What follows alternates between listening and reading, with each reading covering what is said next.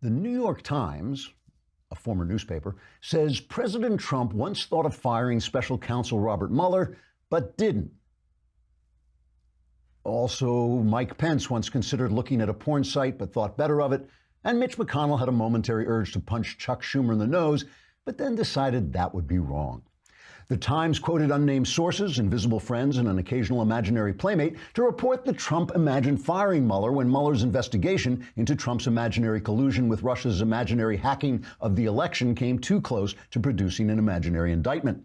According to Times editor Blithering Prevarication III, quote, "Sure, things are going well for America in reality, but in our imagination, things are a disaster. And isn't that what really matters?" Unquote.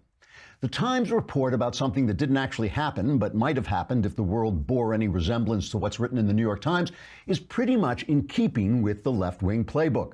Leftists everywhere are predicting imaginary disasters at every turn. This is an existential threat to the survival of human civilization. The United States is set on a course towards nuclear war. No, it is the end of the road. This healthcare, the debate on healthcare is life-death. This is Armageddon. So now we understand why they didn't fire the Hawaii guy who sent out a false nuclear missile warning. Sending out fake warnings of imaginary disaster is standard leftist operating procedure. The guy will probably be made the head of the DNC.